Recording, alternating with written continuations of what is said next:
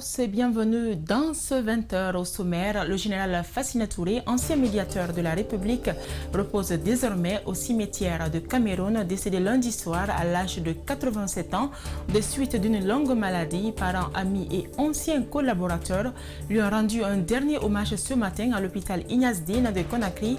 Le président Alpha Condé est lui aussi venu dire un dernier adieu à l'un des rares dépositaires de l'histoire contemporaine de la Guinée.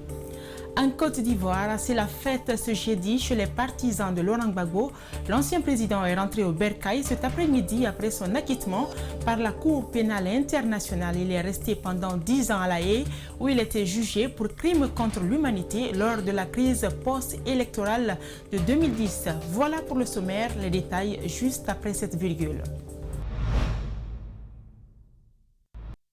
Bienvenue à tous, c'est au cimetière de Cameroun que le général Fassina Touré repose désormais. L'ancien médiateur de la République est décédé à l'âge de 87 ans lundi dernier des suites d'une longue maladie. Ce jeudi, de grandes personnalités, parmi lesquelles le président de la République, lui ont rendu un vibrant hommage pour sa carrière tout autant atypique. Pour rappel, c'est lui qui avait annoncé la prise du pouvoir par la junte militaire dirigée à l'époque par le général Lansana Conté. C'était en 1984. Retour sur les moments forts du symposium avec nos reporters Ali Badara Kamara et Ibrahim Souri 5 Souma. Il dit désormais connaître tous les trous, même là où les souris passent. Pour une énième fois, Alpha Condé s'en prend encore aux bandits à col blanc. Sauf que cette fois-ci, il décide de freiner le circuit. Il n'est plus question. Décédé ce 14 juin dernier à Conakry, le général Fassina Touré fut formateur à l'école militaire de Manéa avant d'occuper plusieurs départements ministériels sous le régime militaire. Pendant 13 ans, il a été le secrétaire de la grande chancellerie de l'Ordre national du mérite, puis devint médiateur de la République avec le décret du président Alpha Condé du 7 janvier 2011. L'ancien militaire de l'armée coloniale française a reçu les derniers hommages ce jeudi. Parents, amis et anciens collaborateurs, tous s'accordent sur l'engagement et le courage de l'ancien porte-parole du comité militaire de redressement national, CMRN. J'ai un souvenir, c'est en 2000, les agressions rebelles. Il mit à la disposition des forces armées guinéennes sa plantation qui se trouve entre Pamalap et Balamouya comme point de ralliement pour défendre la frontière. Quand Farmoria a été attaqué, il s'est rendu à la présidence de la République pour demander à son ami Lansana Conté de le laisser s'occuper personnellement de la défense de Forokaria. Et il a été le coordinateur militaire, malgré son âge, il a été sur le terrain et il a profité de cette occasion aussi pour initier beaucoup de jeunes officiers à la gestion de ces périodes difficiles. Il a aussi été l'un des artisans de la conquête de l'indépendance dans certains pays voisins, précise le ministre d'État, ministre secrétaire général à la présidence. Le général Fassina Touré est rentré dans l'histoire de la Guinée, pas en 1984, mais en 1959, en faisant le choix de rejoindre la jeune République au lieu de rester enrôlé dans l'armée française qui à l'époque bataillait en Indochine et en Algérie. Ce choix d'un jeune militaire guinéen est le premier témoignage de son patriotisme. Poursuivant, il estime que le feu général Fassina Touré est l'un des cadres qui ont donné naissance à cette institution de la République. Son successeur dit avoir hérité d'une institution administrativement structurée. Il a participé à la mise en place des premiers instruments de gestion de cette institution qui était méconnue des Guinéens. Il a œuvré et il a fait ce qu'il a pu faire. Alors notre travail à nous, c'est de parfaire ce qui a été déjà fait. Mais il a travaillé beaucoup et j'ai hérité, n'est-ce pas, de structures, de personnes formées. Après le recueillement, direction à la mosquée de Sandravalia de Kaloum pour des prières avant l'inhumation prévue au cimetière de Cameroun.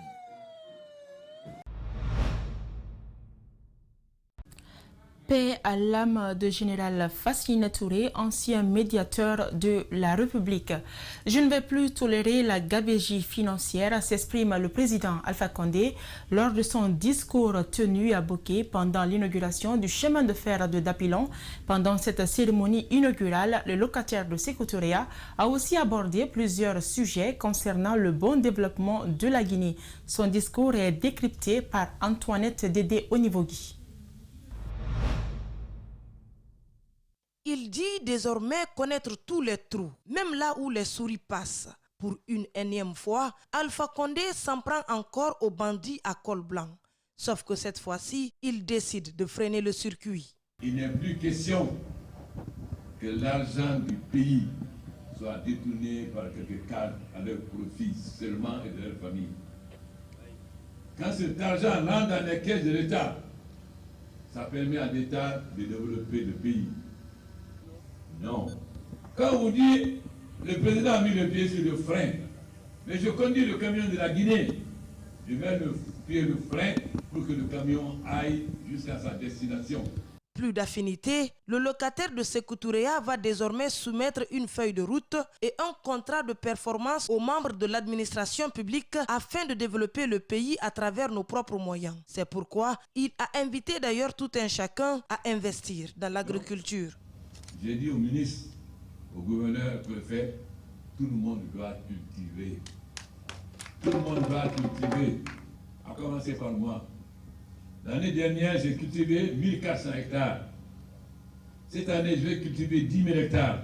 Pour ce qui est de la croissance alimentaire en Guinée, l'OPRAC a aussi promis de construire des usines. Et d'ici 3 ans, la Guinée n'importera plus le poulet. Avec eux, nous avons décidé de créer une usine de sucre avec la canne à sucre à Bagna. Nous avons décidé qu'ils participent avec nous aussi à la production de maïs. Nous avons fait un programme avec la banque de la CEDEAO pour produire 25 millions de poulets.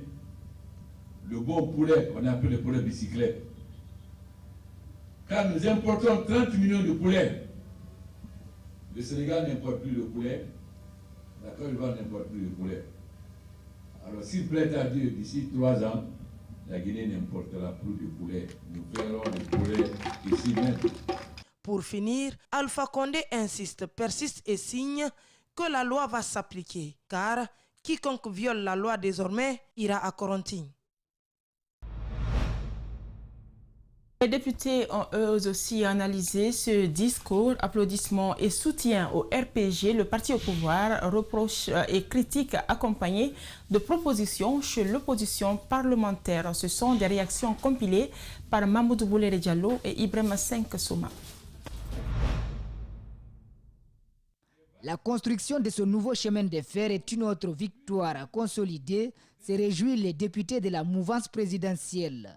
Le député uninominal de Dabola applaudit son champion et prédit un lendemain meilleur.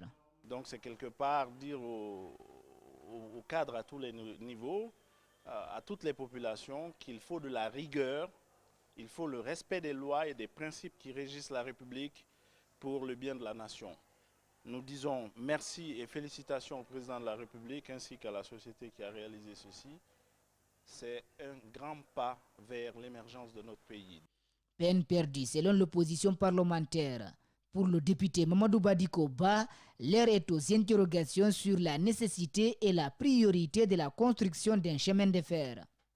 Si le chemin de fer c'est pour évacuer des minerais bruts non transformés, eh bien, ça ne nous intéresse pas. Ce qui nous intéressait le plus, c'est la transformation de la bauxite. Il faut qu'on arrête de crier victoire uniquement puisqu'on sort de la terre pour aller faire des montagnes en Chine. C'est un comportement de mauvaise foi car l'opposition accuse Moustapha Diani. Je sais qu'il y a une frange de l'opposition qui aurait applaudi ça si c'était en Côte d'Ivoire ou au Sénégal, dans un pays limitrophe. Mais quand c'est chez nous, on dit que tout, c'est pas bien.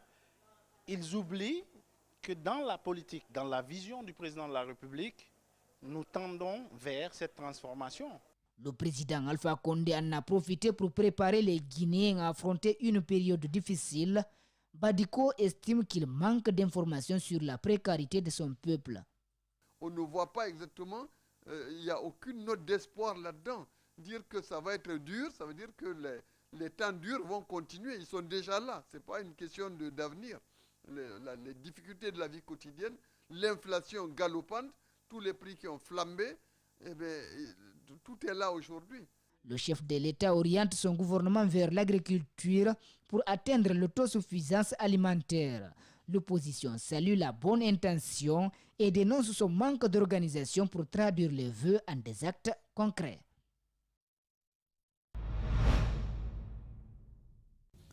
Discussion autour de l'autorité du bassin du Niger pendant 2 jours à Conakry. Objectif, l'atteinte des principaux points d'annexe par les pays membres. Les différents acteurs se sont focalisés sur l'amendement et la validation de la charte. Mamadou Sadio Baldé commente les images de la RTG. Considérée comme l'une des plus grandes anciennes organisations intergouvernementales africaines, l'Organisation du bassin du Niger regroupe l'ensemble des pays traversés par le fleuve Niger ou ses principaux affluents. Pour l'atteinte des objectifs de l'organisation, 5 projets d'annexe, parmi lesquels la charte de l'eau du bassin du Niger. Elle a été adoptée en 2009. Cette rencontre qui regroupe les différents acteurs du programme vise à apporter un amendement à cette charte. Cette annexe va servir par exemple aux États membres de l'ABN, de donner les statuts juridiques des ouvrages qui vont être réalisés au niveau du bassin du Niger, tels que FOMI, actuellement que la Guinée peut déclarer soit un ouvrage d'intérêt commun ou un ouvrage commun. C'est un ouvrage qui peut être construit par 2 ou 3 États de l'ABN. On va essayer d'élaborer le statut juridique de l'ABN par rapport à ça, et en ce moment, ça va permettre de développer le projet FOMI. L'adoption de la conclusion relative au projet d'annexe 5 de la charte de l'eau du bassin du Niger et de son amendement juridique permettront à la Guinée de lancer la réalisation du projet hydroélectrique de FOMI, un ouvrage attendu par les communautés. Pour nous, les usagers, nous aurons un outil performant. Surtout que nous avons en vue le barrage de FOMI. On sait que le professeur, avec tout ce qu'il est en train de faire, va réaliser ce barrage de FOMI, que toutes les populations de la Haute-Guinée, de la forêt et autres vont profiter. Un ouvrage à intérêt commun pour le Mali et pour la Guinée. Créé en 1964 sous l'appellation de la Commission du fleuve Niger, puis l'ABN, Autorité du bassin du Niger, signée le 21 novembre 1980, l'organisation regroupe 9 pays, la Guinée, le Niger, le Mali, le Burkina Faso, la Côte d'Ivoire, le Cameroun, le Nigeria et le Tchad.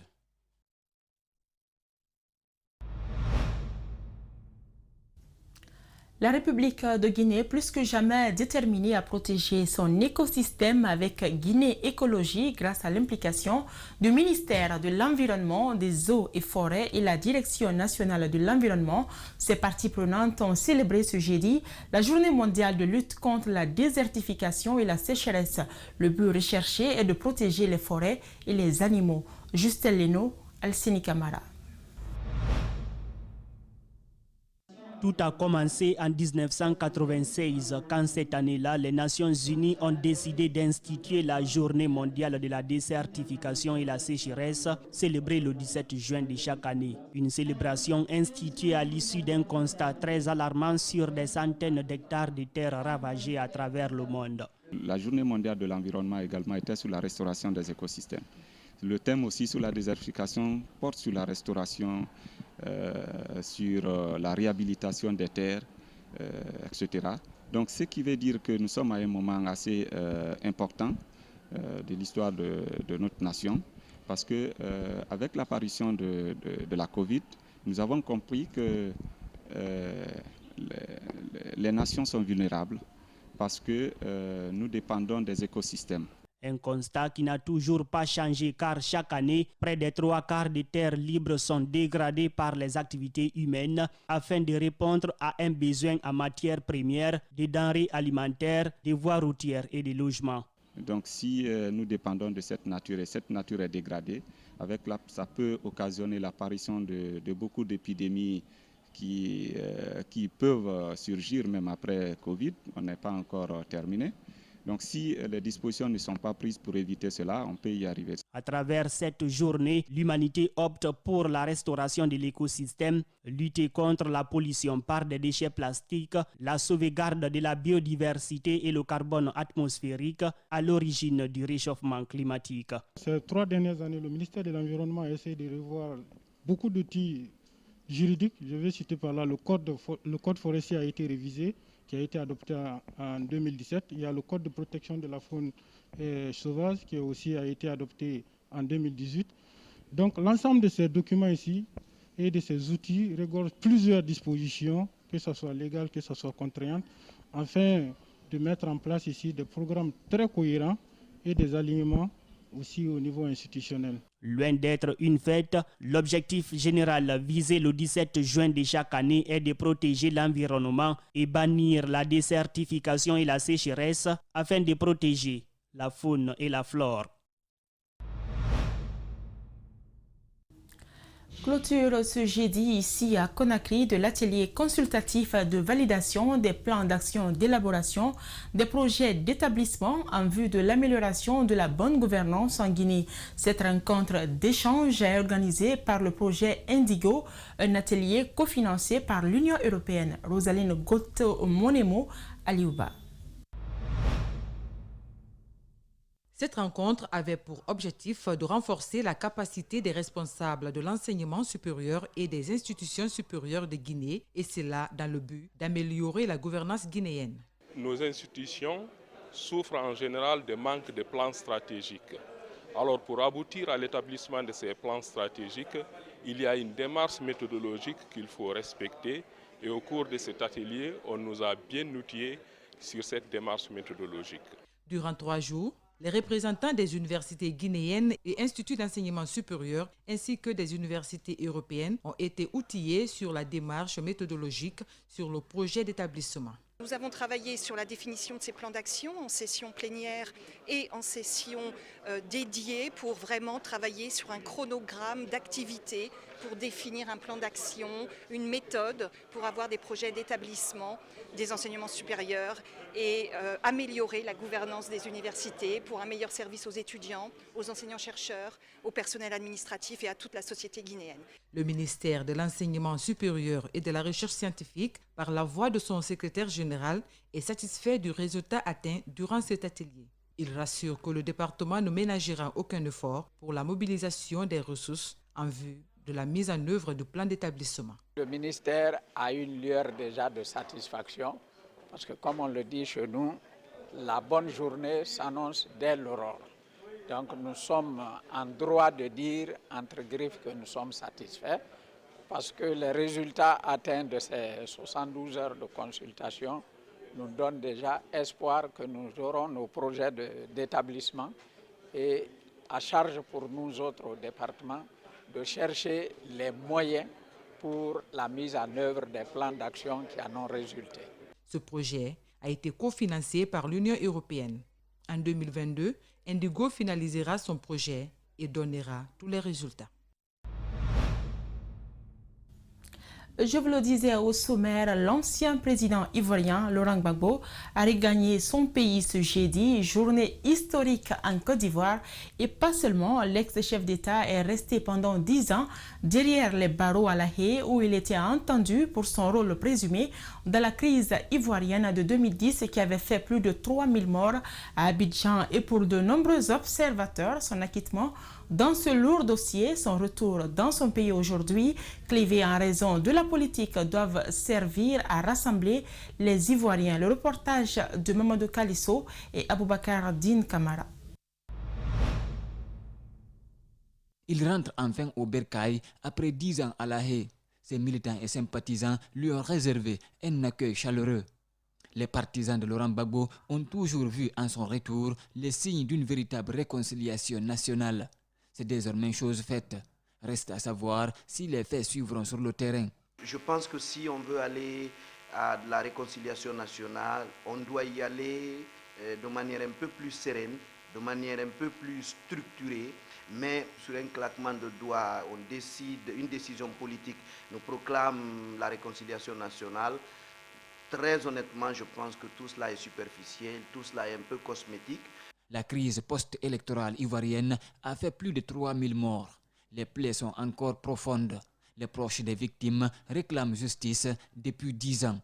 Certes, économiquement, le régime de Ouattara a fait des prouesses, mais politiquement, c'est un échec, selon ses consultants.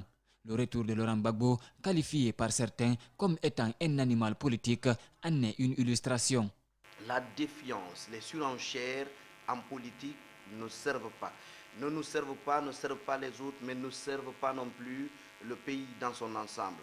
Donc si les autres pays de la sous-région, je pense en particulier au cas de la Guinée, s'il y a une leçon à tirer de ça, c'est qu'à un moment donné, il faut ravaler sa fierté pour mettre en avant davantage l'intérêt supérieur de la nation, l'unité de la nation.